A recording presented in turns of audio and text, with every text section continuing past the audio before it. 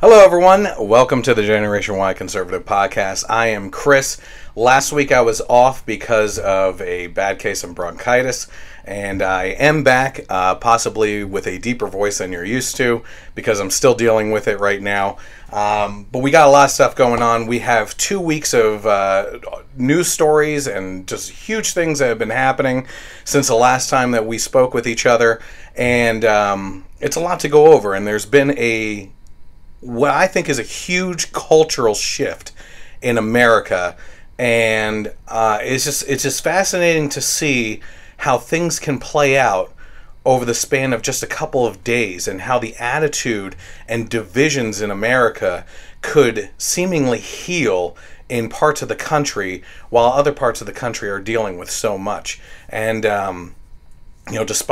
despite differences that we're having with each other on relations with each other and everything, where the worst of humanity has played out in certain parts of America, at the same time, down in Texas right now, we're seeing the best of humanity play out, and people from all over the country. I mean, it's giving me chills right now just thinking about people from all over the country coming together despite race, despite sex, despite sexual orientation, despite any political affiliation that they may have, coming together to heal portions of Houston right now, and coming together to save people, risking their own lives to do these things. And it's just fascinating. So, we've gone from seeing the ugliest side of humanity to the most courageous and most beautiful side of humanity within the course of, honestly, about 3 days, playing out over the course of Hurricane Harvey down in Texas. And just prior to that, the last time that we actually had the podcast, the main focus of that podcast was actually the events in Charlottesville, Virginia, with the neo-Nazis, KKK, alt-right, clashing with the Antifa people. And here we were faced with this decision that was seemingly the only decision that we as Americans could make when you're watching the media sources, that you had to pick one of these two sides. You either had to be with the communist and Antifa people that were using fascist means against fascism and trying to shut down the free speech of other people through means of violence and everything. Or if you weren't with them, then you were automatically assumed to be with the neo-Nazis. You're a racist, you're carrying around torches, and you think that for some mystical reason the Jews are running the country, and you hate black people. And frankly, what I laid out in that last podcast was, I don't believe that the majority of Americans fit into either of those two groups. And I think that for once, I mean, for all the criticism I give him, President Trump was right that they're both evil groups, and they have their own agendas set into place and everything. So it's been pretty amazing to see, because honestly, those two groups down in Charlottesville, Virginia, don't represent, I'd say, 2% of the population in the United States. I think that most of us fall outside of that fence, and we try to associate with portions of either one of them, and we try to defend or go against because we agree with certain ideals, free speech being one, but you don't like the speech that they're spouting out, and you agree that they should be shutting down the Nazis, but you don't agree that they should be doing it through violent means and everything. And it's just been a convoluted mess as we as Americans try to figure out what exactly is going on in this country. So you had all that playing out, and then there was another big demonstration and protest in Berkeley, where now suddenly the media is actually coming out and going against Antifa and saying that they're violent for once. It's been shocking. Even Nancy Pelosi came out and said that the means in which that they're going through doesn't make any sense, and it's not acceptable what's going on. And then within a couple of days, we had preparations going through, and people getting ready and boarding up the coastline of Texas in the Gulf there for Hurricane Harvey, and they said it was going to be bad and devastating. But honestly, we haven't seen anything the likes of which of this in our country before, and this dwarfs Katrina even when you look at it. But maybe it's it's the preparedness that we've come to as American citizens to be ready for this type of thing, that we've become more prepared for this, for these tragedies and for these natural disasters and everything. So as we think about that, we're going to talk about a little bit more about Harvey when we get into things and everything, and some personal stories. We're going to talk about some stories of heroism down there. We're going to talk about some of the media sources jumping in and things that they've said. We're going to talk about media reflections outside of the country. Charlie Hebdo came out with a newspaper cover that was absolutely disgusting within the last day or two. I believe it was yesterday. You have people reacting, showing support and being shot down, while the best of humanity is coming from all over the country and trying to save people. You have people criticizing the efforts of those people, people that are criticizing that haven't gotten off their own asses to do anything themselves or even lend monetary support either, and they sit there and criticize. So we've come to a point where these seeds of evil and these seeds of ugliness and lack of humanity are still seeping out from other situations that have been playing out all over the country, and are unfortunately playing small parts into what's going on in Houston, Texas. But to be honest with you, Houston, Texas has been a sign of a miracle of the American spirit, I believe, and these little seeds of contempt and ugliness from some of the people in America hasn't dissolved that American spirit. So we're going to get into that. So this is the Generation Y Conservative Podcast.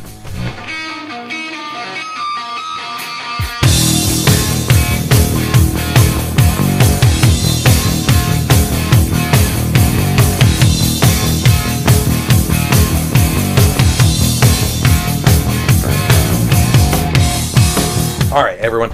Welcome to the Generation Y Conservative Podcast, where the truth matters more than agenda, or is greater than agenda. I'm glad that you could join me tonight. I am alone, so I'm going to be joking around a little bit with no one to laugh at my jokes and everything, talking to myself, and at the same time trying to get over my bronchitis from last week. So it is what it is. If you're watching right now, you might be watching on Facebook Live, which I appreciate. It's kind of a behind-the-scenes thing that you can do. I encourage you to head over to the Generation Y Conservative fan page and hit like, then go to the notifications and get notifications so that you can be notified when we go live with the podcast. Usually I am joined by guests or sometimes even a panel of people. We also have things like movie reviews that are coming out. And I have another little something that's coming up pretty soon as well that I'll be doing.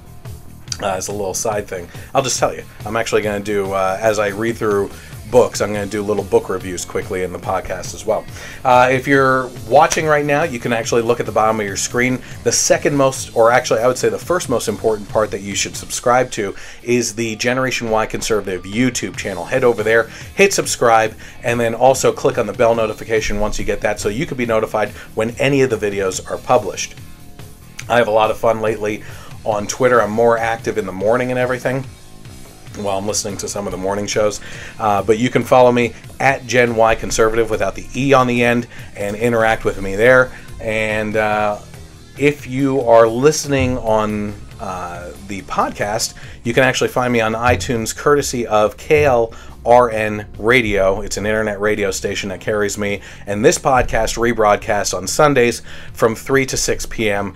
Depending on how long I go. Sometimes I don't even fill up the whole 3 hours, and when I'm sitting here talking by myself, it's probably not going to happen, I'll be honest with you. So those are all the ways that you can follow me. The podcast, I used to be available on some of the other resources like Google Play and Stitcher and everything. I have narrowed that down to iTunes to make it very simple for people to find, so you can always find me there. By the way, I have family members down in Texas right now, some in Austin, Texas. All my cousins are actually in Austin, Texas. And I have my aunt and uncle in the greater Houston area, actually in Sugar Land, which is actually closer to the coastline. They were all affected, and I just want to send my love out to my family down there this week and throughout the whole process of what they have to go through. I have my hat on this microphone here that isn't being used tonight, and it's Vaqueros. It's a cafe and restaurant where my cousin Matt is the head chef at down in Austin, Texas. So if you happen to be in the area, it's a brand new restaurant. I encourage you to go down there and check that out. As a personal side note, my aunt and uncle were actually up here last week, coincidentally, visiting, and flew back into Texas last Saturday. And I believe they were either stuck in the airport until either late Sunday night or Monday morning, because every exit that they went to at the airport had like 8 feet of water in the road. So it's an incredible scene. It's things that people haven't seen before, and it's just absolutely insane. And this is going to be months of cleanup. We personally in my family have been talking about, once the waters recede this fall, if things slow down with my business, since I have the ability to, I might even be taking off, and we may even be going down there and staying in the area and working some relief efforts and doing some volunteer work to clean up. So that's something that we're talking about. But here's one way that you can actually help with the relief efforts down there right now. We are switching, even though it is August 31st, from the charity that we were just highlighting. We're going into a new one, especially because of what's happening in Houston right now. So this month's spotlighted charity is Mercury One. It's a charitable organization based in Dallas, Texas, that is helping in the relief efforts in Houston, Texas, as the country deals with the largest natural disaster in American history and the fallout that will result in costs that will exceed that of Katrina easily. Mercury One is teamed up with multiple organizational partners like Operation Barbecue, Team Rubicon, City Impact, Somebody Cares, Cleaning the World, and Provisions Projects, among a couple others. 100% of your donations, and this is very important to me, I'm not going to bash certain organizations, but there's one very large organization that people are saying you should donate to help out in the relief efforts of Houston, Texas, that I don't believe in donating to, only because the majority of the funds don't go towards actually helping people. It goes towards salaries and paying off other things. In this case with Mercury One, I am proud to say, and why I would put it on here, is that 100% of your donations actually go toward these efforts to send trucks full of supplies as well as personnel to the Houston area to help out with what's going on. Mercury One is kind of pretty neat in how they operate things. The way that they pay for everything else is they hold a gala fundraiser charity event every year to raise money to pay for everything else, so that they can be sure that 100% of the donations actually go towards helping out where they're helping out. And one of the organizations, charities that they are also involved with, I'm actually going to start highlighting next month, because I also believe that's another very important thing. But in the meantime, our thoughts and prayers are with Houston, Texas. If you want to help out and learn more about how you can donate to Mercury One, you can head over to www.mercury1.org/hurricane-Harvey. If that's too confusing for you, certainly just go to mercury1.org and you'll see links on there to lead around to find out where you can actually donate to. Okay, so I mentioned that there's a lot of stuff going on right now, and there's been a stark contrast in what's going on in the country. You're going to find me drinking a lot of hot tea tonight just so I can keep on talking to you. Okay, so let's talk about the politicizing of this storm.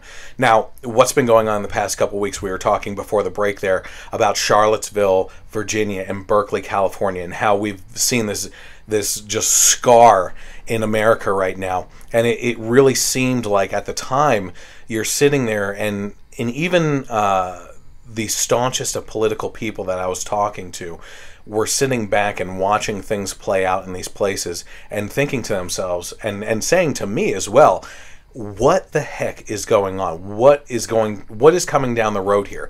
Because it looked like, I mean, it's hard not to think about civil war in the case of this, but how would civil war even play out? I mean, how do you know who's with who and who's on what side and everything? And even then you get into the little categories of people like you're not going to categorize me with neo-Nazis and the KKK and everything, because I stand against those people as well. So you would end up with multiple civil wars, I think. And it's a messy situation. We certainly don't want that. What we want is healing. But unfortunately, there are groups of people in this country right now that are not heading towards a healing mentality and instead are trying to further wedge us apart. And that's pretty unfortunate. So as we're watching all this stuff play out, we have Hurricane Harvey hit. And it's amazing to think this way, because I don't want it to sound I don't want it to come off the wrong way. Hurricane Harvey has been a miracle in that the way it's brought people together in a time when people really did need to come together. And I find that really amazing. You know, we have media sources, speaking of politicizing the storm and everything, talking about what Donald Trump's efforts have been. We're going to talk about them going after Melania Trump tonight for wearing high heels down to Houston on their recent visit. They're talking about how Trump could have been more prepared or could have done more in the relief efforts and stuff that's going on in the aftermath of the storm. You have media sources going after the Republicans for basically not voting for a relief bill a couple years ago in regards to natural disasters, when over, I believe, 80% of that bill was filled with pork, which is things that don't deal with the natural disasters, which has been a huge problem for decades now in Congress. And every time you have one party claiming that the other party didn't vote for a bill, it doesn't matter which party it is, I would encourage you to look past the face value of what that bill says in the headline. You know, if it says, you know, Republicans vote against saving babies, or Democrats vote against, you know, these efforts to save people and everything, start to read the actual bill, because you'll actually find that there's so much crap tied into that it doesn't even make sense. And it's one of the biggest problems that we're having in this country, is that we keep on tying more and more things into bills that don't even make sense, that have nothing to do with the bill itself. And then they try to politicize it and make one party or the other party look bad. And in this case, there was so much stuff wrapped up into the disaster relief stuff that the Republicans didn't vote for it. So it makes sense. And Ted Cruz kind of put a CNN or MSNBC or something, a reporter, into her place when she tried putting that on him. But here's the thing.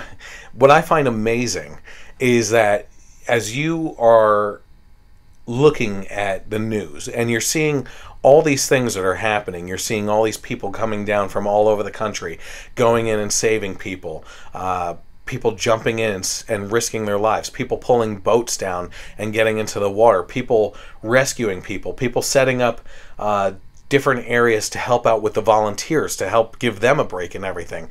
What I find fascinating is that it's not politicized. You know, if I would love to see a media source try to ask someone. I think they actually did. This one woman that was rescued. Like if they're seeing more Republicans or Democrats saving people, it doesn't matter. Like, this is not the time to be throwing politics into the mix of a huge disaster like this.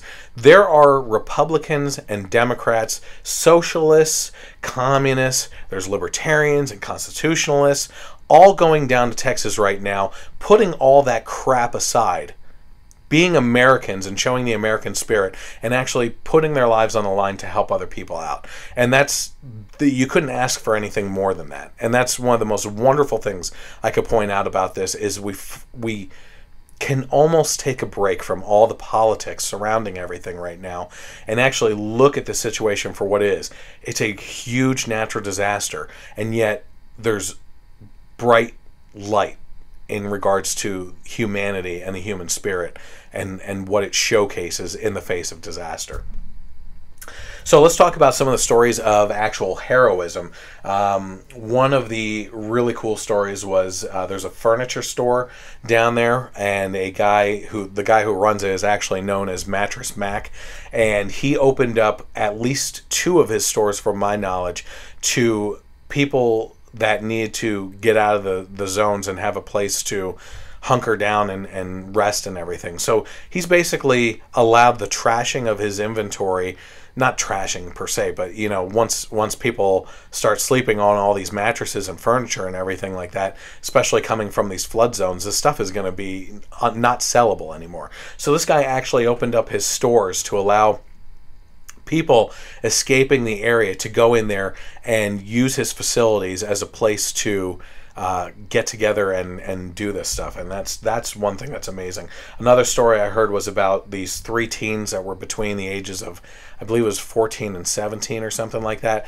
The one kid woke up in the morning, saw how bad the flooding was outside, and went out with his friends or brothers. I don't know exactly what was going on, but they got a boat, and they had the only boat in the neighborhood, and they were going out back and forth trying to rescue people. And it got to the point where they actually hooked up a paddleboard to the back and told people to cling onto the paddleboard while they pulled them over to a Kroger store or something like that. And they did this from the morning until 2 a.m. when first responders finally showed up. These kids saved over 50 people in that day alone, which is amazing, because we sit here and, even I'm very guilty of this, because I just have this negative, pessimistic view of the upcoming generations and their lack of ambition, their lack of being able to do anything on their own without being, holding the hand of a parent or something to get something done.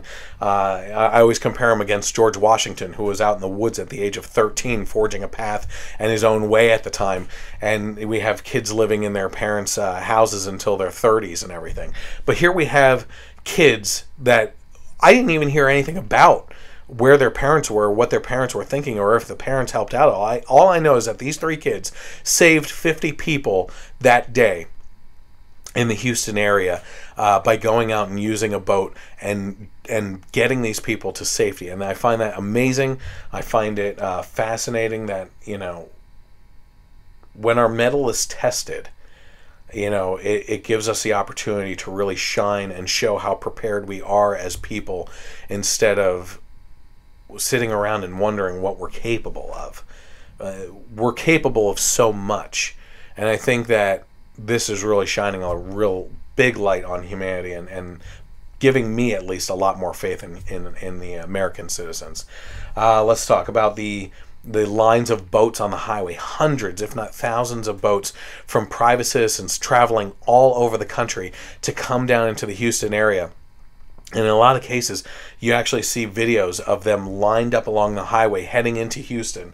There's lines of volunteers in the Houston area waiting to see what they can do to help. But in regards to the boats and everything, what's fascinating about that is that they were coming in before the storm was even over. And in a lot of cases, they realized that wherever they parked their car truck to put their boat into the water, wherever it was, in most cases, they realized that they weren't going to see their truck or car again, because the waters were rising in all different areas. It wasn't just a slow flood from the coast.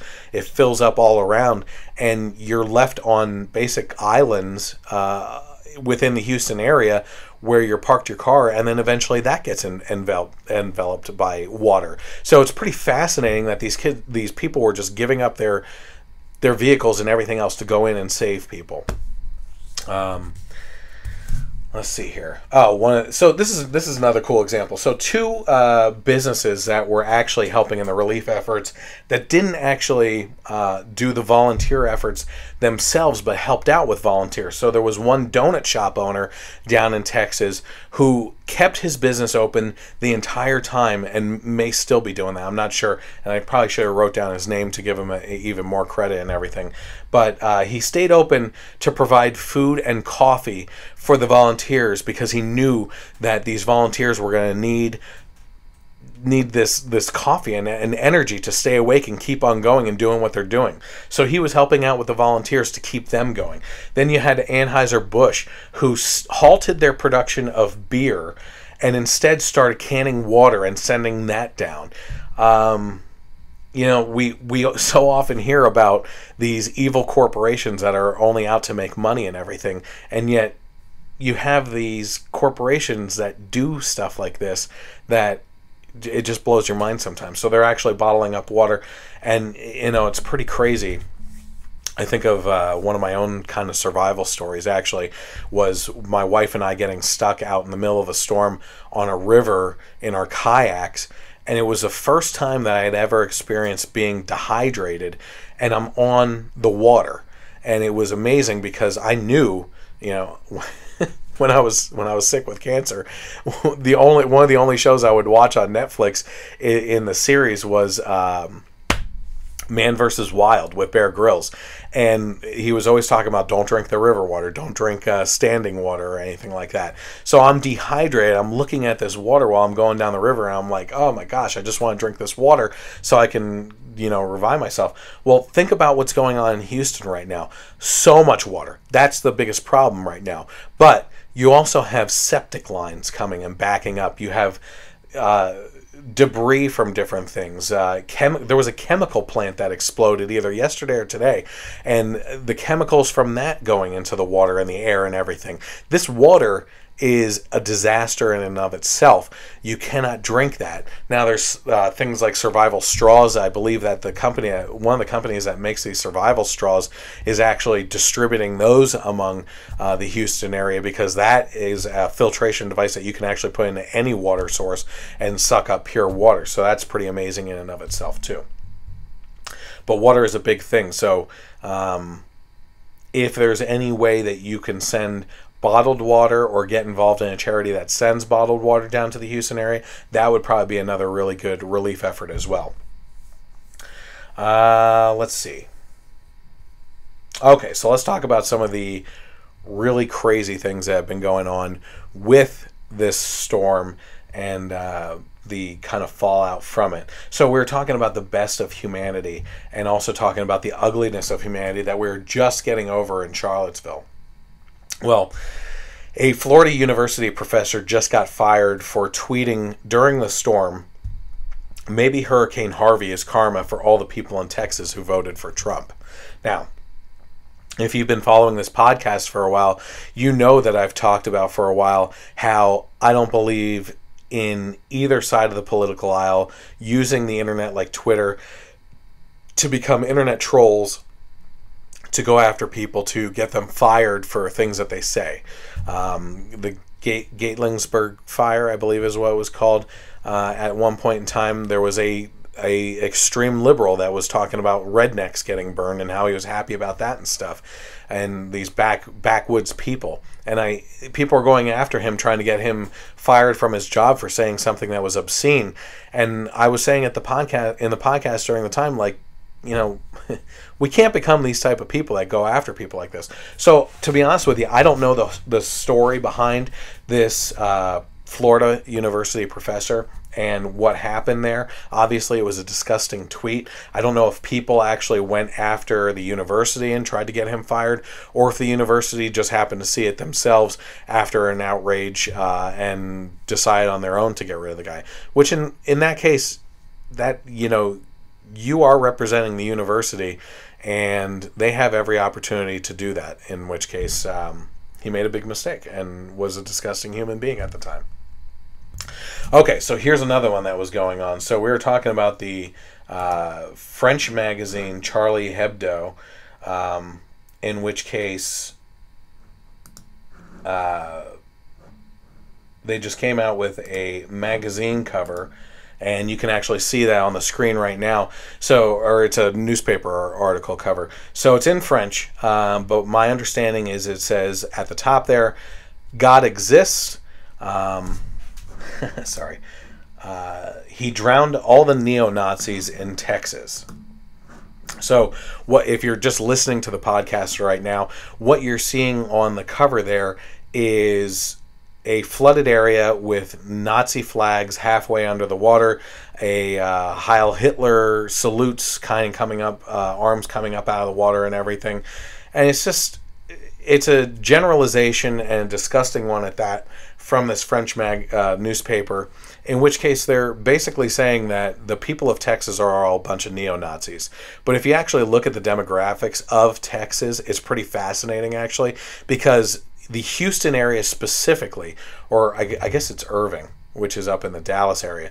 But either way, around that whole area is one of the most diverse parts of the country as far as the makeup of it, being Hispanics and blacks and whites and Asians and everything. And when you actually look at the percentages of those, it's one of the most diverse areas. Houston is a predominantly Democratic area of voting.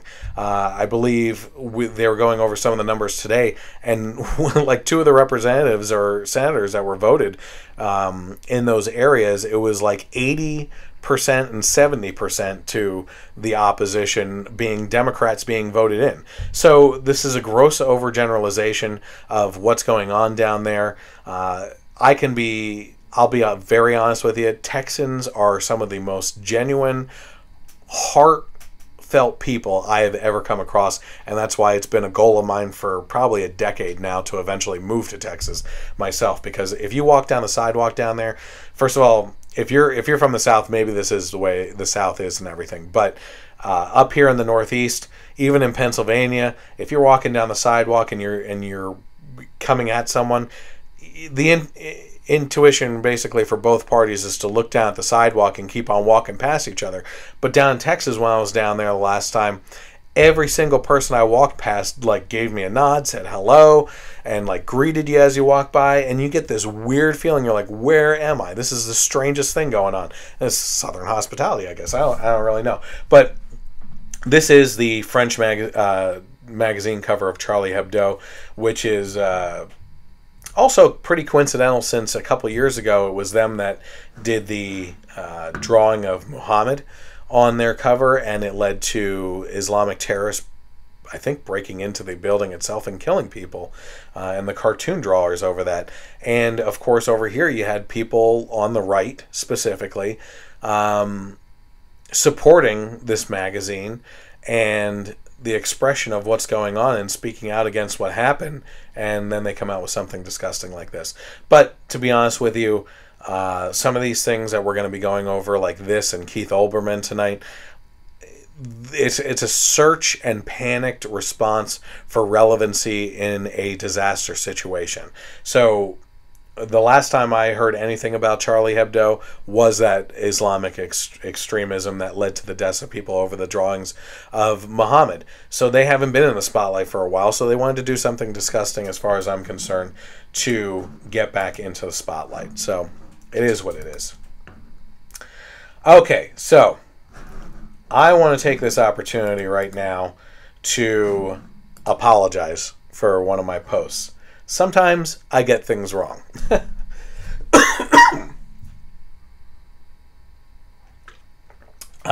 This week, in the midst of things, I was talking about the ugly seeds of humanity earlier.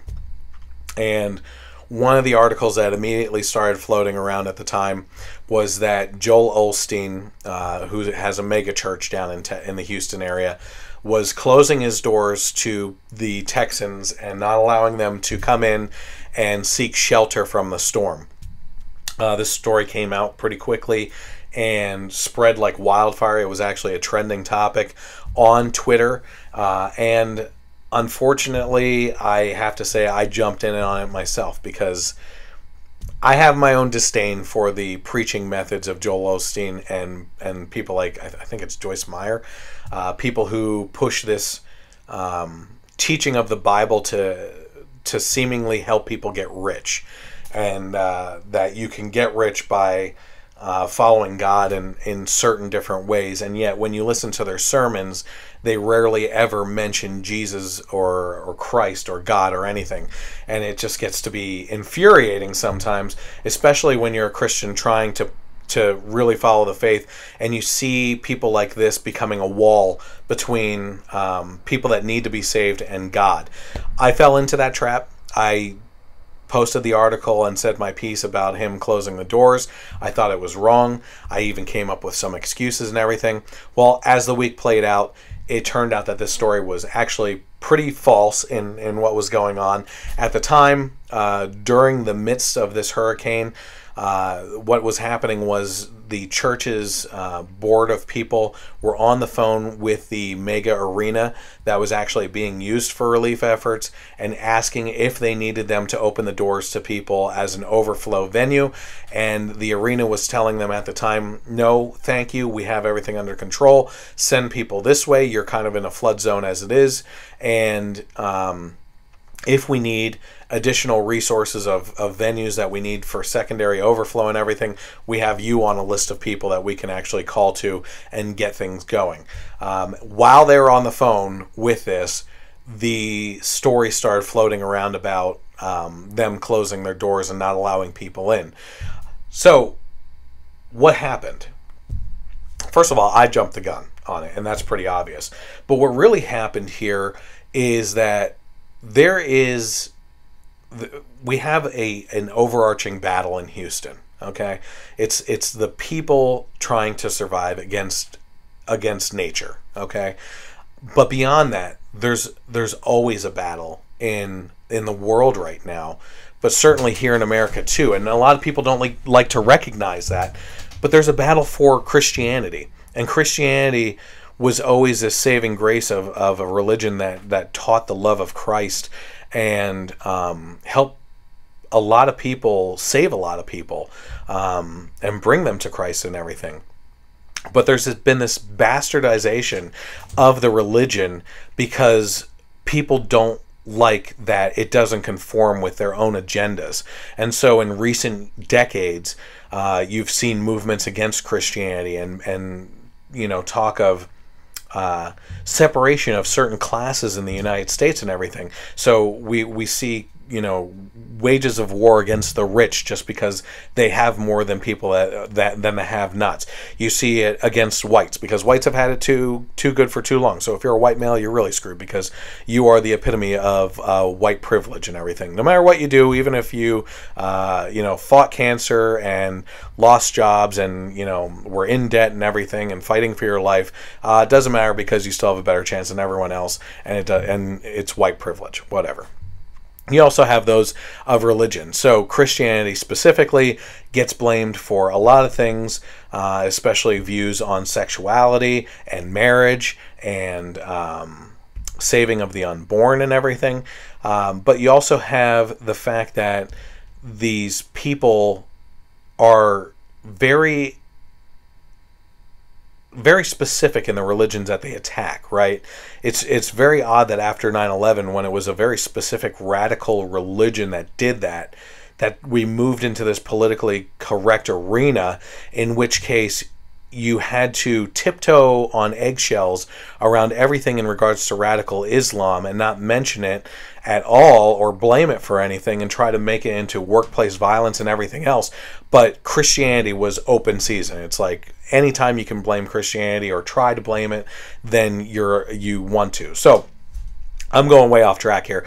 Bringing it back to Joel Osteen, it's pretty apparent to me and pretty obvious that there were people just absolutely waiting for the opportunity to blame a mega church for the circumstances that were playing out in Houston, Texas. As a matter of fact, over the last 2 years, I saw one of these memes floating around about taxation of churches, and it's a picture of this mega church's pastor's house, which is a huge mansion, and it talks about how maybe if we start taxing the churches and everything, the pastors won't be able to afford such extravagant lifestyles and stuff like that.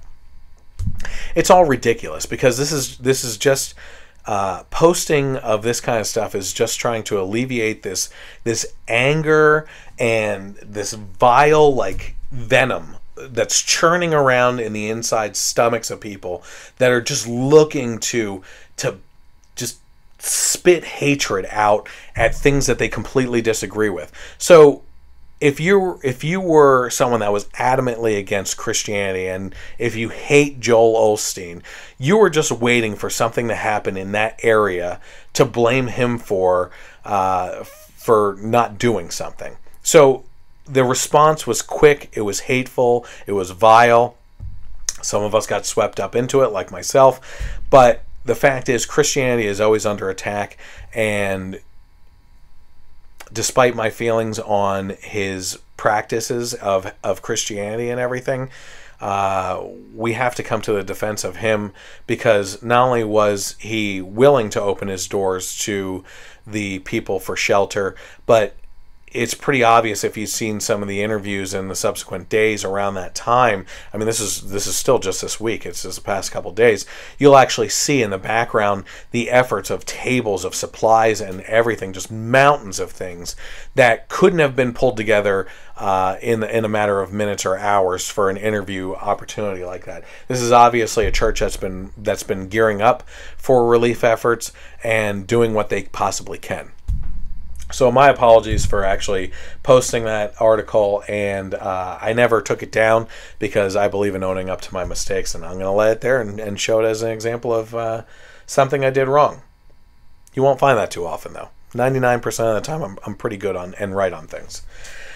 Okay, so what's happening now? Joel Osteen's church is helping out. You can actually find out more stuff about that. Their church was flooded itself, and they were dealing with their own consequences as well. Okay, let's see here. So the next story that we were dealing with in regards to Hurricane Harvey was actually this Politico story that came out on Melania Trump wearing high heels to Houston. Now, it was about 4 weeks ago. I remember exactly who was here. It was my guest, Ben, who was with me. And we were talking about another story, and I forget exactly who put out the story. I think it was Newsweek, actually. They were talking about the disconnect of the Trump women being Ivanka, Ivana, Melania, and whoever the blonde one is, Tiffany, I think. All the Trump women wearing high heels, and how disconnected they are from society because they're so high fashion and snobbish and everything else. The story didn't stick. Not many people were sharing it. Not many people were being outraged over it, even on the left. I mean, the weird people were outraged about it on the left and reposting it, but most people were actually criticizing Newsweek for actually putting out a story like that because of how ridiculous it was. And yet, weeks later, we have Politico following up on the story because Melania Trump went from the White House out to the Marine Force One, I think it was, or Air Force One, in stilettos, seemingly making across a grass lawn without getting caught in it, and heading down to the Houston area in that kind of dress attire. Well, first of all, we need to actually talk about some of the presidents in the past and what they did. Hurricane Katrina, Kanye West, President Bush doesn't care about black people because apparently he flew over the area in an airplane and looked down on it and kept on flying and went back or landed somewhere else that wasn't part of the hurricane. You have President Obama, who I'm sure if I look back and see any natural disasters was also in the area, but not in the actual saving or in, the fishing waders and going into things and trying to save people. But there's a reason for that. There has to be so much security around the president that it actually hinders the volunteer and rescue efforts of those around them if they start getting involved in so much. So the most important thing for any of these presidents, and I'm not putting blame on Obama or Bush or Trump in this case for any of their relief efforts, is just for them to get down there, show their support for the American people that are involved in the situation, whether you're a victim of a natural disaster like this, or you're a volunteer, or you're someone that's helping out in any other capacity. They need to show up and support those people. They need to get down there and see how much of the area was affected to know how they can release relief efforts from the federal government, whether it's through FEMA or anything else. And then they need to get back and start doing their jobs. Okay, we have people stepping up and doing what they can down in the disaster area. To criticize Melania Trump over this it's pathetic, is what it is. And when you actually see these media sources that are making stories out of all this stuff that is just meaningless. I mean, all you have to really do is actually take a step back from any news story that you see. And it might even be a news story on Fox, for crying out loud. But certainly, if you hear something that gets you outraged over something small, I always see my liberal friends posting things about Here's a good example. During the eclipse, President Trump actually looked up at the sun without the solar glasses on, and the I effing love science blog that I always love to rip into, just ripped him apart for doing this, right? And it's like, get over yourselves. If this is what is a news story to you, you're pathetic.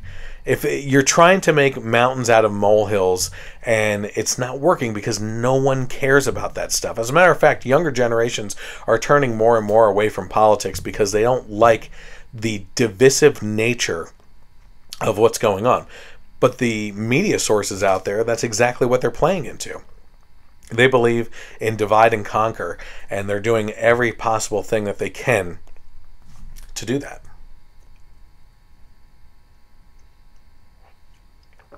Oh, yeah.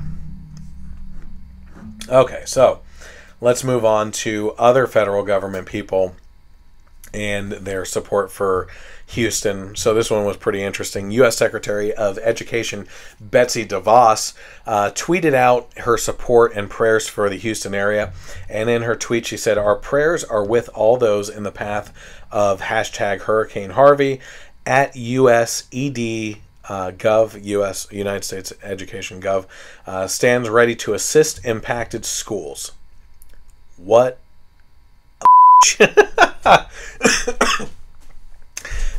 in all seriousness, and that's me being sarcastic, this is a tweet of support and absolutely nothing disgusting about it. It shows support, it shows prayer, and it shows that they're ready to assist in any way possible, especially in regards to schools, since she's the Secretary of Education.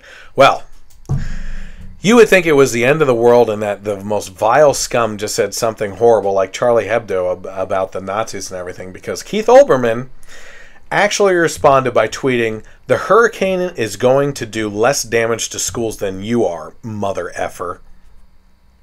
So, while people are risking their lives to save people they don't even know, and we see the American spirit at work in Houston as a stark contrast to the ugly language and physical nature of places like Charlottesville and Berkeley, Olbermann had to interject an ugly tone and rhetoric without anything to spur him on but an absolute hatred in his heart.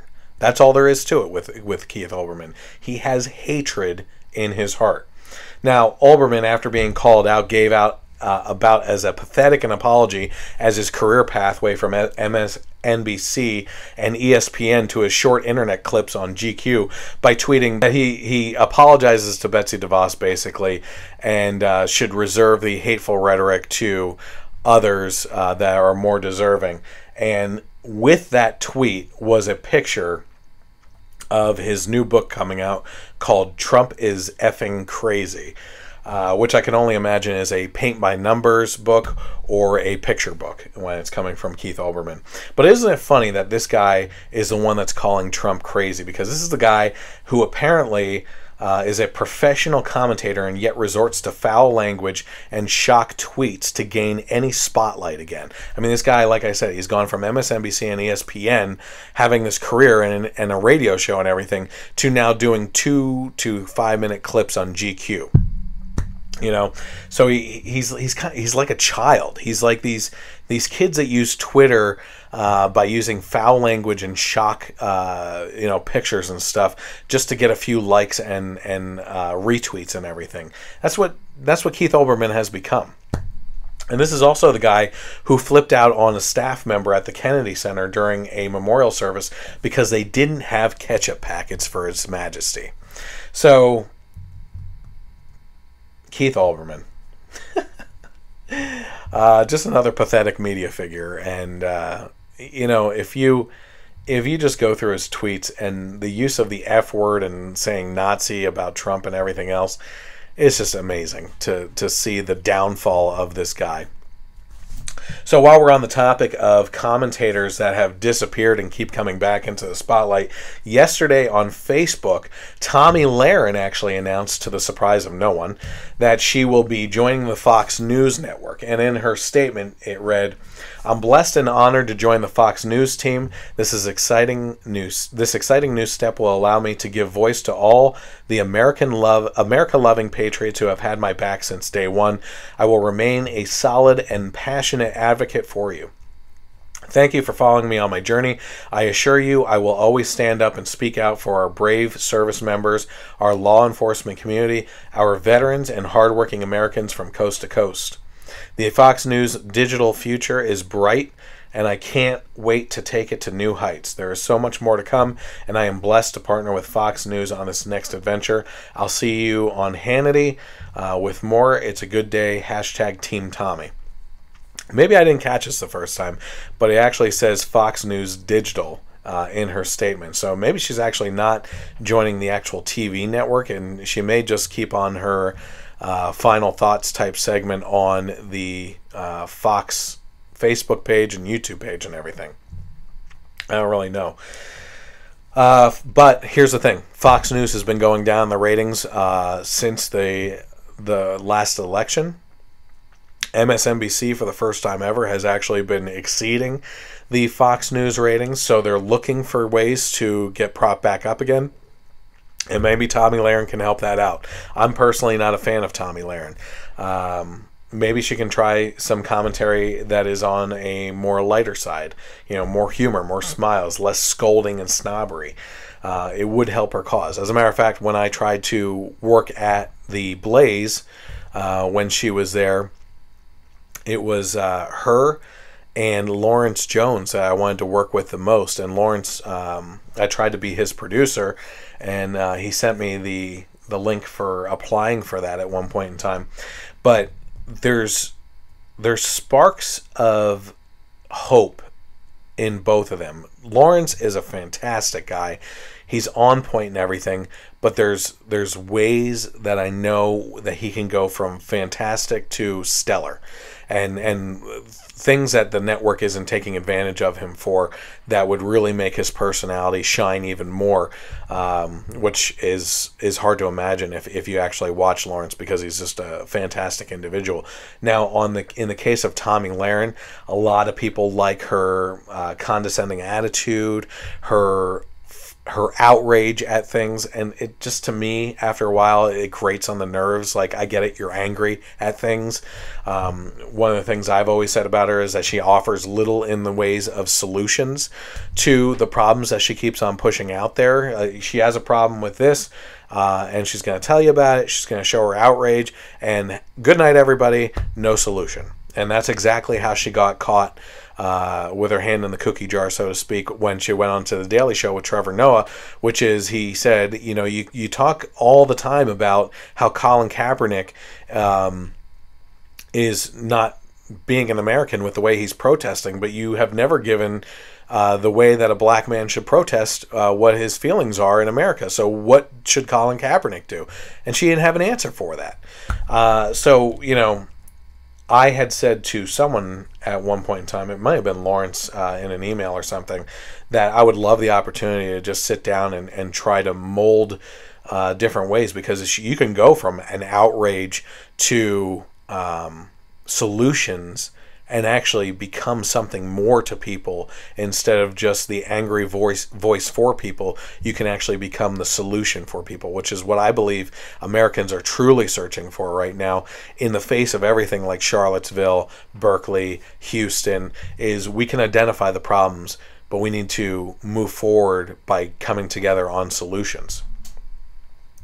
So, while we're on the topic of fake outrage and everything, let's talk about this story that I actually came across on a Facebook page called Guff. I actually, I don't know when I started following that, but yeah, Guff.com, they published an article that is pushing this idea that right-wingers, in quotation marks, are pissed off at a recent Jennifer Lawrence Vogue cover featuring her in front of the Statue of Liberty. So I'm actually going to bring that up for you right here.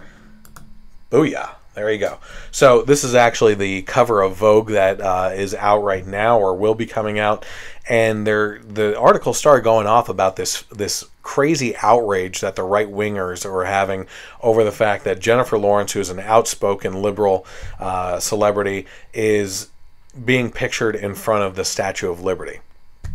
Well, I can tell you, of all the media sources I listen to, right-wing radio and podcasts, news broadcasts, and everything else, and articles that I read, it wasn't until I read this article that I was informed that there was an outrage over this Vogue cover.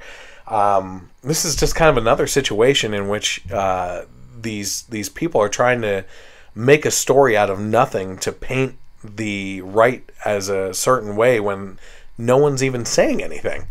So when I was actually looking at this, in their article, they stated that the reasons the right is mad include, number one was their symbol.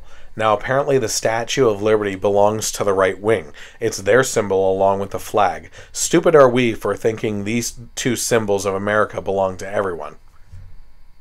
They do.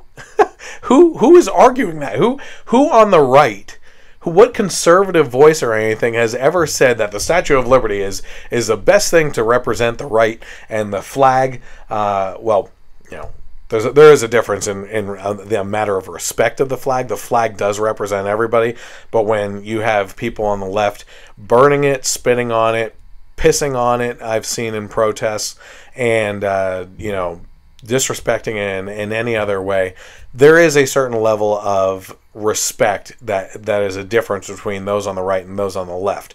Does it represent everyone? Absolutely, but there is differences in how those are treated. Statue of Liberty, I have never heard anybody take claim to a political party at all. What it represents certainly is one of the American dreams. It's a torchlight for people abroad to come to America to live out the American dream, which unfortunately I believe has been squashed in the past century. Unlike what my great-grandparents came here from Italy for. Unfortunately, if you come to this country anymore, searching for the American dream, it's a lot harder to get to, and people had to work their butts off before to go from rubbing two pennies together to owning their own business and everything. The article actually linked to an Inverse.com article that was supposedly the actual evidence of right-wing angst, which ended up being one tweet by a John Carney and other unrelated faux outrage incidents, not even related to this specific cover. Now, here's another great investigation into what exactly is wrong with what's going on in this country right now, which is all these articles that are shared by people, and I can guarantee you 75% of the political articles that are shared out there on both sides are headline only, being that these people don't even read the actual article itself. They just share it because of what the headline says, and then they never go into the details of the actual article. Well, if that's the case, if people aren't even diving into the article itself and trying to find out the details, then what are the chances that people actually follow another link within that article to go to an original article where all this information actually comes from? Actually, what I believe is probably happening is they see that there's a link there that leads to the actual information that supposedly verifies this article's existence, and they assume that there's enough evidence there that they don't even need to click on it and follow it through. Well, in this case, it's a perfect example. No one's pissed off at this Vogue cover, and when it leads to the actual article that says it, it's one tweet, and that's it. And then they talk about other things that right-wingers are apparently mad about and have taken issue with, which is little sporadic things here and there from people that are nobodies. It doesn't even matter where it's coming from. Honestly, despite being annoyed by her and her other Avengers political ideologies in the movie and everything, who doesn't like Jennifer Lawrence despite her political leanings? I mean, look over there. She's a pretty gorgeous actress. She's a fun actress. I wouldn't say she's exactly a great actress. She's kind of a one-trick celebrity, really. I mean, if there's no depth to it. But hey, when you're looking for a good actress to be on screen and looks-wise, you would want to go to her. So the Vogue cover is actually very elegant, I think. I think it looks great. I think the shot is great. And in the words of Van Jones, this is a big nothing burger. So it's just kind of ridiculous that they would actually assume that this is something that people are actually outraged about. So, wow. Over the last couple of weeks since the last time we talked, like I said, we were talking about Charlottesville and everything. Some of the things that have been going on are the destruction of statues and memorials all over the country because of Confederate leanings or political history, that they owned slaves or anything like that.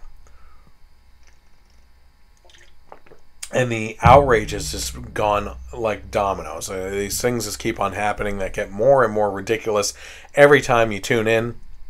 It's something new and you're like, how can it get any worse than what it is right now? And then it does. It gets so bad. President Trump, one of the things that he was scolded for in the aftermath of Charlottesville was, well, what's next? Are they going to go after Washington and Jefferson? And people are like, oh, why would people go after? Well, yeah, they are going after Washington and Jefferson. And even people I know that consider themselves on the right and conservative and everything go after Jefferson and Washington because they held slaves and everything. But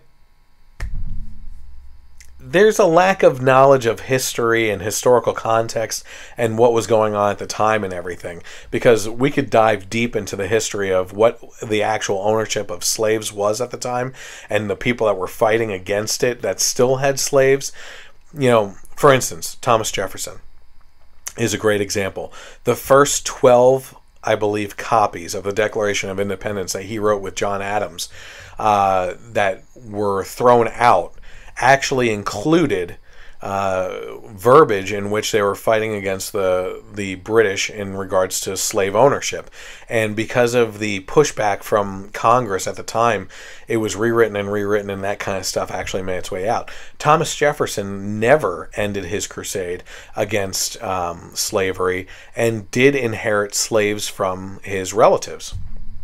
But what you have to understand is back in that time period, what actually happened was he couldn't actually free his slaves. There was actually some sort of rule in place where the only way to free your slaves was upon your death. And that was actually a pretty dangerous situation for slaves at the time too, because if you were to suddenly become a free man, and you were in the South especially, the likelihood of you being captured and put onto another plantation was pretty high. It was just a non-ending cycle. You couldn't really be a free man or woman. Your likelihood of being caught again and thrown onto another plantation was pretty high. It's my understanding, actually, that Thomas Jefferson not only took good care of his slaves, but also paid them for their work and provided good shelter for them because of his feelings on slavery, and fought as a politician to have them freed. Now, did he own slaves? Yes. Is slavery and slave ownership a black and white issue that it's very clear cut? I don't think that it is. Slavery itself is a horrendous thing that has happened, that still happens today, as a matter of fact. Not slavery of that type, but sex slavery around the world. There's more slaves today in the modern world than there ever was in history. And it happened all over the world. And it's just a horrendous thing. But when you look at the historical context of what was going on at the time, there are gray areas, and there are things that you have to look at of what could possibly be done at the time. And in the Civil War that we fought for, that was one of the bloodiest wars in American history, if not the bloodiest war, I believe, where people of all colors lost their lives to do certain things, the main of which was actually allowing that freedom, eventual freedom. Okay, so that being said, with the battle against the statues and monuments and everything else, ESPN, while I was sick with bronchitis last week, pulled an announcer from broadcasting a University of Virginia football game because his name is Robert Lee, and that it may offend some people. Now, my friend Matt, who has appeared on the podcast, said that this is actually okay because Robert Lee agreed to the situation and was okay with it. But the problem is the mentality of ESPN in the first place actually pulling this guy because they believe that it was going to be a problem. The deeper problem, beyond ESPN's issues, is that there's a shallow nature of society that can't get through the day without being offended by something. Okay? This is worse than those stories on both sides of the aisle over the last few months in which people said or did something wrong and internet trolls launched campaigns to have them fired over Twitter. I mean, we were just talking about that earlier with the Florida University guy. Because in this case, we now have people losing their livelihood and potential income because of their names. Whether they did something or not could potentially offend someone. And this is just ludicrous that this is happening. The left was enraged that the president would dare suggest that things could get worse with people going after the statues of our founding fathers. And yet, here we are slipping into territory where we go after people that have a name that resembles someone they don't like. Not Robert E. Lee. No, this guy is even Asian. Okay, that they pulled from this broadcast. Robert Lee should have stood up to the network and told them to kiss his ass. That's all there is to it. This has gone far enough with this faux outrage and being offended by everything and not being able to put things into context. We have so much more to worry about in this country. These statues aren't coming to life like the night at the museum and beating the crap out of black people in the dead of night and going after, the LGBT community or anything like that. They're historic statues. They don't move. They don't have the power over your life that you're giving them in the opportunity that you are.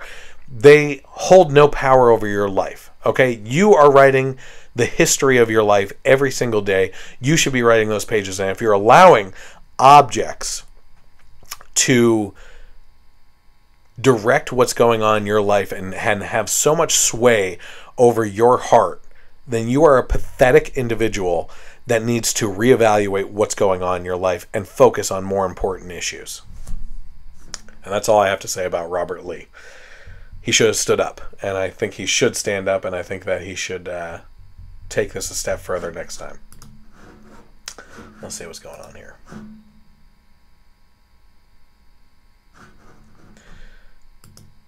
Okay, so while we're speaking of offending delicate little flower children, this past week I posted a story and an apparent groundbreaking follow-up that made clear that groundbreaking follow-up that made clear they felt they had caught two high school girls in the act of hatred by wearing Trump hats to a D.C. field trip. So what actually happened here was that two female students donned Make America Great Again hats and t-shirts to Howard University in D.C. on their class field trip, where they were confronted by university students who tried to steal the hats and harass the students for being bigots. Now, that was the article that I had first posted. BuzzFeed followed up this article and said this: Ali Van D and Sarah Applegeist sparked anger when they walked onto the campus Saturday wearing MAGA hats and other Trump gear, inflaming tensions that had already been stoked by President Trump's response to, here we go, the neo-Nazi and white supremacist rally in Charlottesville. So bringing it all to Trump and Charlottesville. But Eunisa Pulliam, a 16-year-old student at Pennsylvania Erie High, the other school on the trip, told BuzzFeed News the group's tour guide had informed the students Howard was an HBCU. I'm not exactly sure what that means.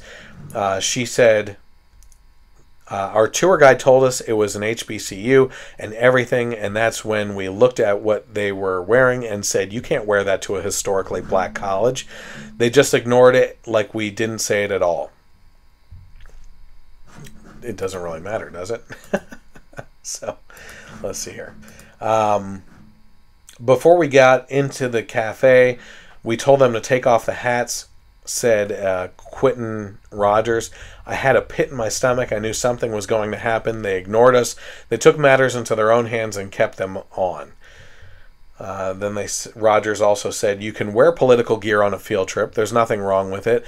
But when you're going to particular places, don't do that. You have to be nice. To me, I felt like that was wrong.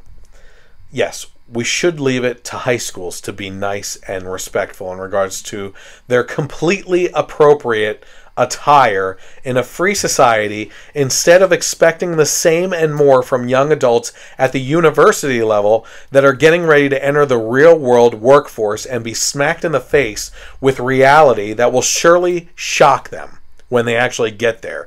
These kids were wearing Make America Great Again shirts and hats. That's it. It didn't say Trump hates black people and walk into a black campus. It didn't say white people for Trump. It didn't say anything offensive at all. What they did was wear t-shirts and hats that supported America and the president. Okay?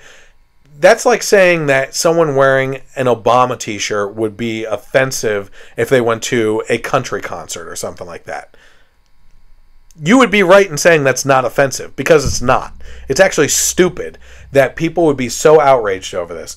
The kids at the university, which should be these young adults that should be preparing to enter the real world as adults, but it seems like maybe they need a course on how to act like adults, were ripping off the hats and saying F y'all to them while they were there. So it was a disgusting display of behavior.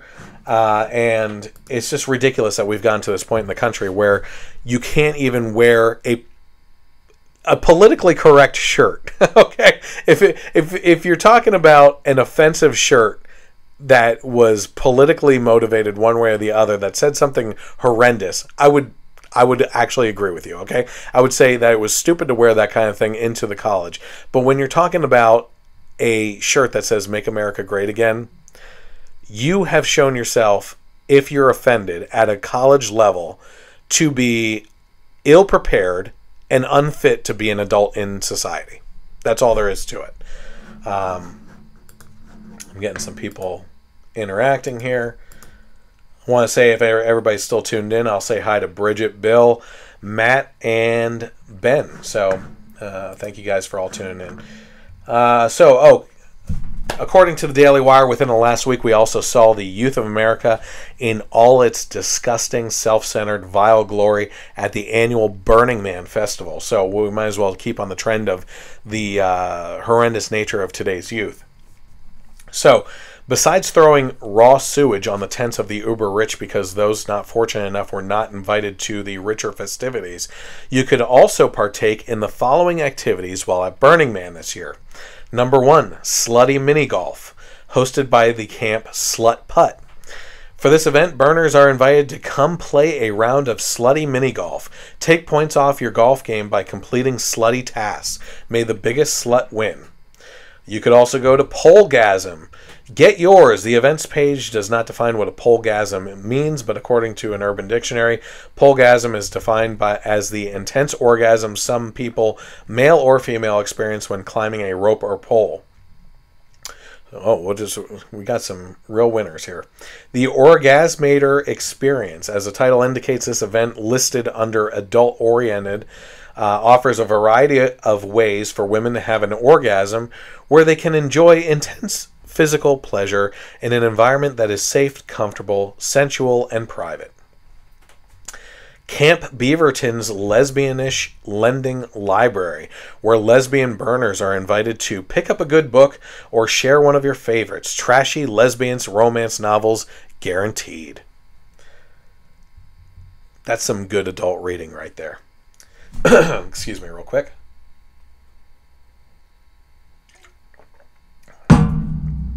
Man-to-Man play, where adult 18-plus gay bi-curious men flock 24/7 down to Down Low Club's discreet, air-cooled tent for erotic man play.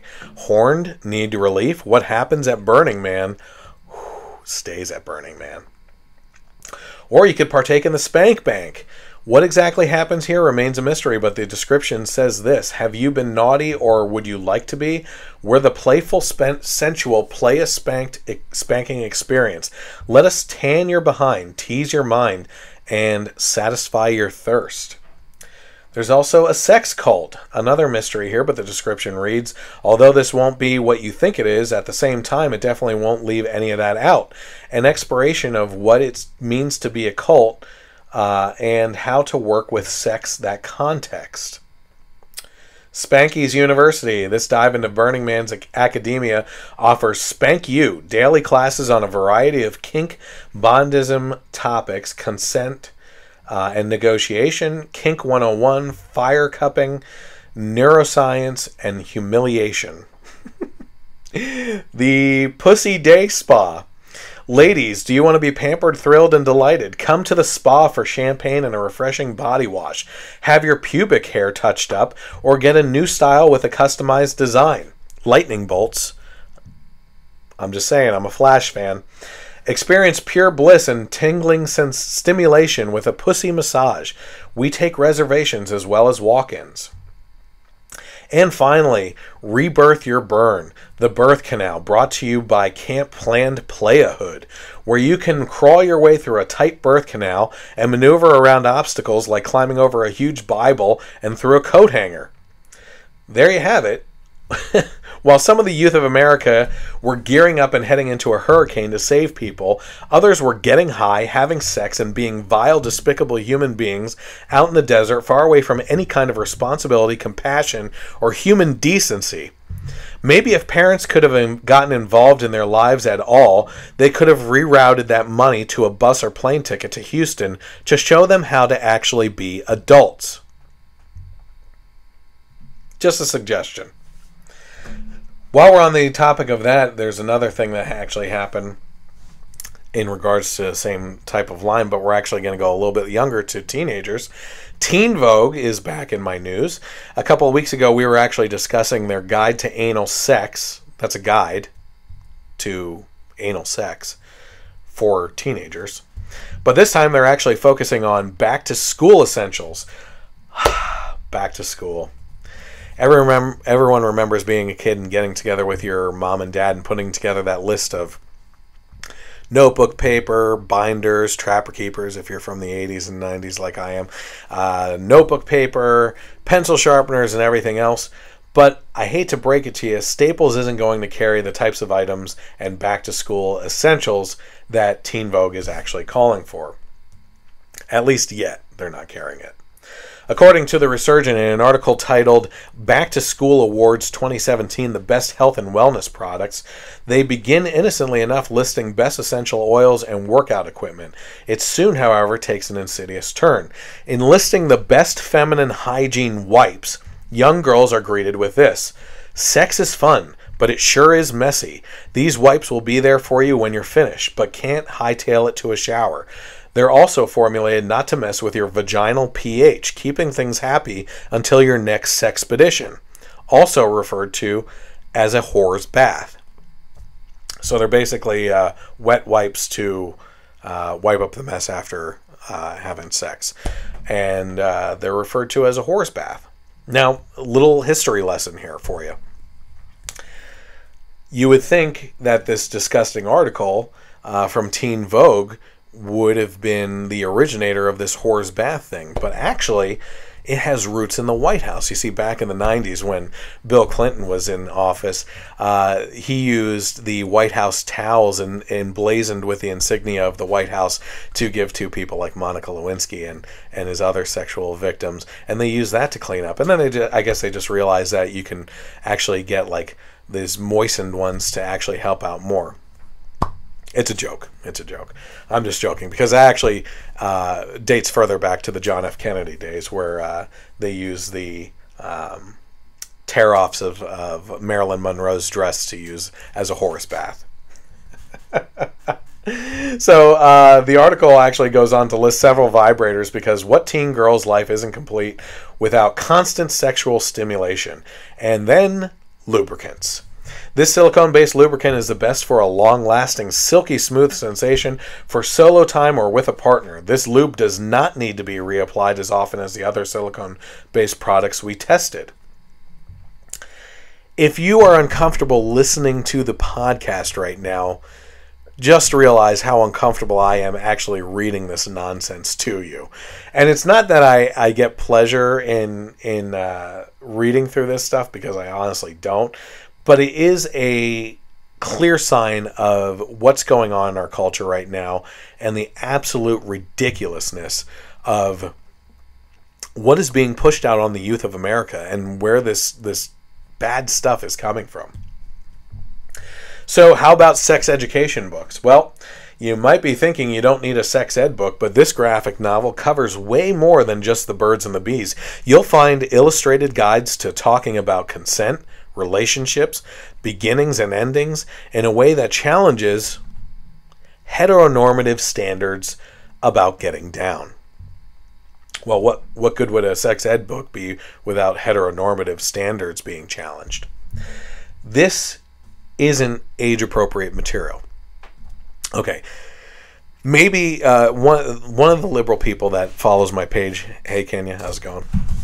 I really do appreciate her. And I've been getting messages of support recently from her and others, and I love having different points of views get involved in my page and voicing their opinions and everything. Because as I've said to her and others, once we actually start opening up a conversation about politics and religion and everything, we actually start to realize that we have more in common than we have in differences. And it's an amazing thing when we can actually come together on a lot of things. Unfortunately, some of the people had backlash towards me in regards to this, saying that if you're offended by this, you obviously haven't read Teen Vogue in the past. Do I look like I read Teen Vogue? I mean, at what point would I be the type of person to pick up a Teen Vogue?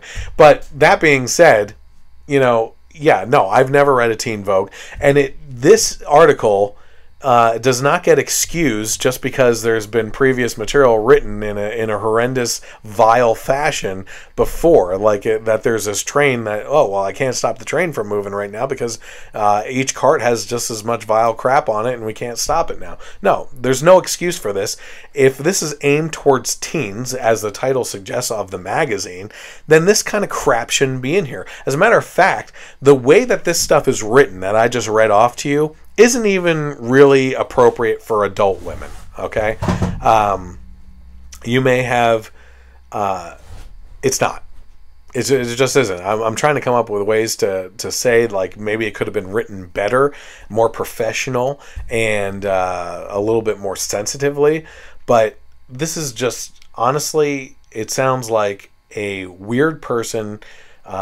typing up a blog on sex in their parents' basement that's like a horn dog, whether it's a male or female, and we don't want to assume either way, no matter what's going on there, but it's pretty disgusting. So what we are seeing is a resurgence, at least in part, of the free love mentality of the 60s and 70s that led to a spike in sexually transmitted diseases.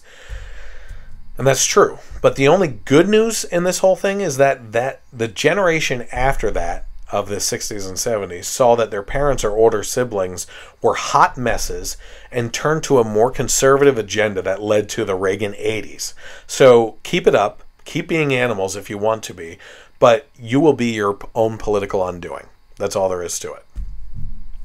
All right, so now let's get into a little bit more interactive stuff. We're actually going to take a look at some videos here and talk about those before we end the podcast for tonight. So the first one we actually have up stars someone, maybe she's famous, I've never heard of her before, Lily Pons, talking about the desperate situation in Venezuela. And I'm going to let the whole video play through because it's not too long, and then we'll actually talk about it afterwards. It's time to stop ignoring the crisis in Venezuela. Once the richest country in Latin America, Venezuela is now broke thanks to the collapse of the oil industry and general mismanagement of the economy. Not the can't spring for the guac because it's extra broke. Like, there would be no food even if there was a Chipotle grill. For the last 5 years, people have been starving. 75% of the country has lost an average of 19 pounds per person since the food crisis. The simple answer to why people aren't eating is that there is no food. Photos of grocery store shelves look like scenes from The Walking Dead. The only difference is that people actually watch The Walking Dead. But not enough people are paying attention to the crisis in Venezuela. Venezuela's president, Nicolás Maduro, isn't helping because, well, he's mostly to blame. While people are starving, he's focused on changing the constitution to give himself more power. Run to the ground by their own government, Venezuela is down to their last $10 billion. Sure, $10 billion sounds like a lot, but that's less than America spent on porn last year. Just porn. The people of Venezuela are rightfully angry. When people are angry, they protest. And when the protest gets violent, there are deaths. Since April, official reports say that at least 129 people have been killed as a result of the protests. Last year, 60 people were murdered in Venezuela every day, and the growing desperation is only going to make that number go up. Pretty amazing video. And I watched it, the first time I watched it, which was probably actually last week. But like I said, we're catching up on stories and topics and everything this week. But as I'm watching through it, I'm thinking to myself, yeah, okay, all right, this is good information. Thank you for getting this information out to people. I'm waiting for the end of it. I'm waiting for them to say that this is what happens in socialized countries. This is a prime example of socialism. And nothing. They never get to that because they don't want to admit that this is a prime example of what happens in a socialist country. So Venezuela is falling apart. It's just another part of the world that's dealing with disaster right now, and on an economic level. And what's happening, you know, she was talking about the starvation of people in Venezuela and what's going on. And if you were paying attention to the video, they actually show that people are eating out of the trash to stay alive anymore down there. And what's even more amazing is that you're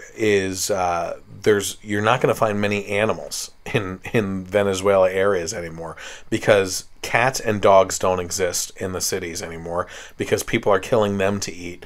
They actually had to shut down a zoo because people broke into the zoo to kill animals in the zoo to eat and everything. And it's just falling apart. There is no food. And this is what happens when people get desperate. And of course it's going to lead to riots and everything else. And it's a sick situation, to be honest with you. So this is what's going on in Venezuela right now. This is a prime example of socialism, and I think people need to wake up to it. And it actually feeds right into our next topic, which is another video from the Democratic Socialists of America. And it's pretty amazing. It's kind of like a recruitment video. So we'll go about halfway through it. I have some things to say and point out, and then we'll finish up the video and say our last piece on that. So here is the new recruitment video for the Democratic Socialists of America. Capitalism. It's what gives us 200 kinds of cars, 4 million kinds of apps, and 57 kinds of Hemsworths. But what is it exactly? Capitalism is a man-made economic system based on profit. It takes wealth and resources away from the public and puts it in the hands of private capitalists. A few become enormously wealthy on the backs of the many. This consolidated control of profit and political power leads to extreme inequality. These factors all make capitalism profoundly alienating, which is why everyone and everything seems so distant, so hopeless, so odd. Thanks, capitalism. Whew. Okay. So let's get some facts straight, first of all, which is seems to leave the minds of these people that push socialism all the time. First of all, if you hear someone say that democratic socialism is different than socialism, they're pushing an agenda over facts, because they either are the same in regards to what they're actually pushing for and the ideas that they're pushing, or it will eventually lead to the same thing. Okay, and that same thing is a video that you just saw before in Venezuela. Now, let's talk about what they actually pointed out with in regards to capitalism. That capitalism is a system that has been set up where corporations have split us into different groups of people, of haves and have-nots, and that they gets control over people and everything. Now, that's true, okay? That we get divvied up as a society into different groups of people. Mostly you would either fall into the lower, middle, or upper class. What they don't go into is what socialism actually does, which is it actually does the same thing. It just has its own different consequences. In regards to socialism, what happens is when that type of system is set up, it actually splits people into only two groups, the haves and the have-nots. And the running joke with those on the right is that socialism is equality for all, equality in misery.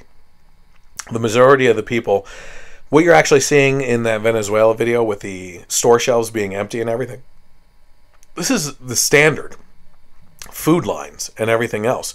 You have people that are fighting for things, but they're basic things.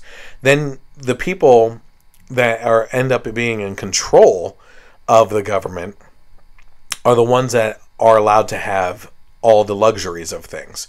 So there's that. Okay, there's a difference between getting split up into the different classes and everything. So now, when socialism starts, especially democratic socialism, what ends up happening is you have a bunch of people, in this case, if we're just starting, if we're putting into place, it would all start off good, right? It would all be the best intentions for people. But the people that would be in charge would say, everybody gets this certain basic level of whatever it is, education, food, clothing, houses, has to be a certain square footage. I mean, that's why I believe is in Sweden is a good example of, like, people tout how great it is and everything, but it's like 900 square foot apartments that people live in, and you don't really have the option of doing much more than that.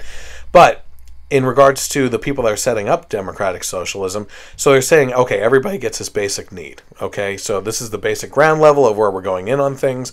And then from there, they say, well, because we're in charge, certain people that are doing certain things that are more beneficial to the society than others should have access to, let's say, a second car, because the man or the woman that's doing the job for the government needs to get to work while the other person has this. Okay, now they're saying, okay, but now maybe this person needs this as well. So you start divvying up, and everybody starts off as equal, but then the people that are involved with the government get a little bit more in resources, and then more, and it keeps on adding up because they feel that it's necessary and prudent, basically, that these people have more. So then you get split up into not just three classes, the lower, middle, and upper class. You actually get split into only the two classes, the haves and the have-nots. And the haves are certainly the people that are tied up in the government. The have-nots are all equally miserable. Now, here's the biggest difference when you narrow that down even further between a capitalist society and a democratic socialist society, is the ability to move in and out of those classes. That is possible in a capitalist society, but it is not possible in a democratic socialist society. If you are stuck in a certain class in a socialist system, you are born into that class and you typically die in that class. And death probably comes a little bit quicker and swifter as well in those systems. If you are born into a capitalist society, you could be born to the richest person in the United States and end up with absolutely nothing and in the bottom of the barrel in the lower class. You also have the opportunity to be born into poverty and end up being in the 1% of people in the United States. But that kind of movement within the system is not possible in a democratic socialist system. It's just not. And the ability comes with the freedoms and liberties that we have. Is there bad parts of capitalism? Yes, there's crony capitalism, which is really where capitalism gets the most bad rap from, is that people mistaken crony capitalism for capitalism. But when you have the ability, there's so many great things that are wrapped up in capitalism. I would actually refer you to go watch Milton Friedman and the things that he says about economics and everything, because his videos, series, and lectures and everything that you can possibly find are amazing on the differences between socialism and capitalism. But number one, the most important thing is you have the ability to move in and out of economic, social classes because of the ability to pursue what you want to, as opposed to being forced into certain labor situations in a socialist society. One of the things that they actually talked about in that video for the Democratic Socialists of America was the integration of unions into the system. Unions are just another layer of bureaucracy that go into that system. So now not only do you have the overarching, overpowering government thumb pressing down on you, but below them you have a union that supposedly represents you, that you're giving even more of your income to represent, that end up doing nothing. Union representatives, typically in manufacturing positions, end up sitting on their asses, drinking coffee and reading the newspaper while they're waiting for something to go wrong so that they can do a little bit minimal effort to make it a pain in the ass to the actual corporation itself. Unions, in most cases, are a waste of time unless they're for people that actually risk their lives and everything. That's just my personal opinion. But the more government interaction that you add and levels of bureaucracy, the more oppressive the nature is that you're going to be living under. That's just the benefit between capitalism and socialism. So let's go on and finish this actual video and see what the rest is that they say. But there's another way. Democratic socialism. I know, you probably think democratic socialism is for strong men with elaborate mustaches and French college students. It is. Because democratic socialism is for everyone. Democratic socialism fights inequality by giving power back to the workers through unions and true representation. It overcomes alienation and inequality by strengthening civil rights and building solidarity among the many. No system is perfect, but the one we live in now is needlessly cruel and unfair. And millions want something new, something better. Help build that something through the Democratic Socialists of America. New members joining every day, new chapters starting every week. We're waiting.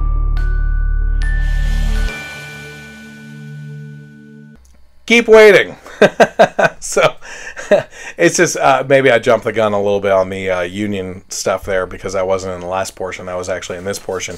But it's ridiculous. When they showed that rose in the end there being cut off about needless cruelism that's associated with capitalism, there has not been a system that has killed more people, innocent people, than that of socialism and communism throughout history. Okay, so talk about needless cruelism. That is the history of socialism and communism, is deaths of millions upon millions of people. As in regards to inequality and everything, I just got done explaining that. You essentially create two classes, and it's not that that equality becomes better. It's just that you become a cog in the system that's basically meaningless in the eyes of everyone in the government in that country, except for if you cause a problem and you need to be oiled or replaced. That's all there is to it. Socialism ends up being a pretty barbaric system in regards to how people live their lives. And if nothing else, that Venezuela video, you can actually go back and watch that and see what's going on in Venezuela right now as a good example of how bad things can get under socialism. So, that's it for tonight. It wasn't that long of a podcast, so I apologize for that. But and it looks like the Facebook video actually got cut off because of one of the one of the videos actually having content from one of these other people, but it's under the Fair Act actually, so they can kiss my ass. That's it for tonight. I want to say that our thoughts and prayers are with everyone in Houston as this disaster continues to unfold. The flooding hasn't stopped. The rain hasn't stopped. And even when it does, that doesn't mean that it's going to subside. It's actually like Houston is like this saturation area that doesn't easily get rid of water once it does rain, and they're not used to this kind of level of rain or anything. So, again, thoughts and prayers. If you want to get involved, there's many charities out there that are helping out right now. If you can donate to them, if you can volunteer, that's certainly something that would be welcomed. And it's a beautiful thing. It's a beautiful American spirit. And I hope that we have the opportunity to help out in any way possible through Mercury One as the spotlighted charity this month. In the meantime, if you are interested in following along with the Generation Y Conservative, once again, you can find me on Facebook, on the Facebook page, The Generation Y Conservative. You can also find me on YouTube, The Generation Y Conservative. Hit subscribe there.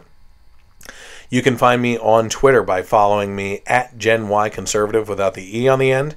And you can listen to this podcast rebroadcast on Sundays from 3 to 6 p.m.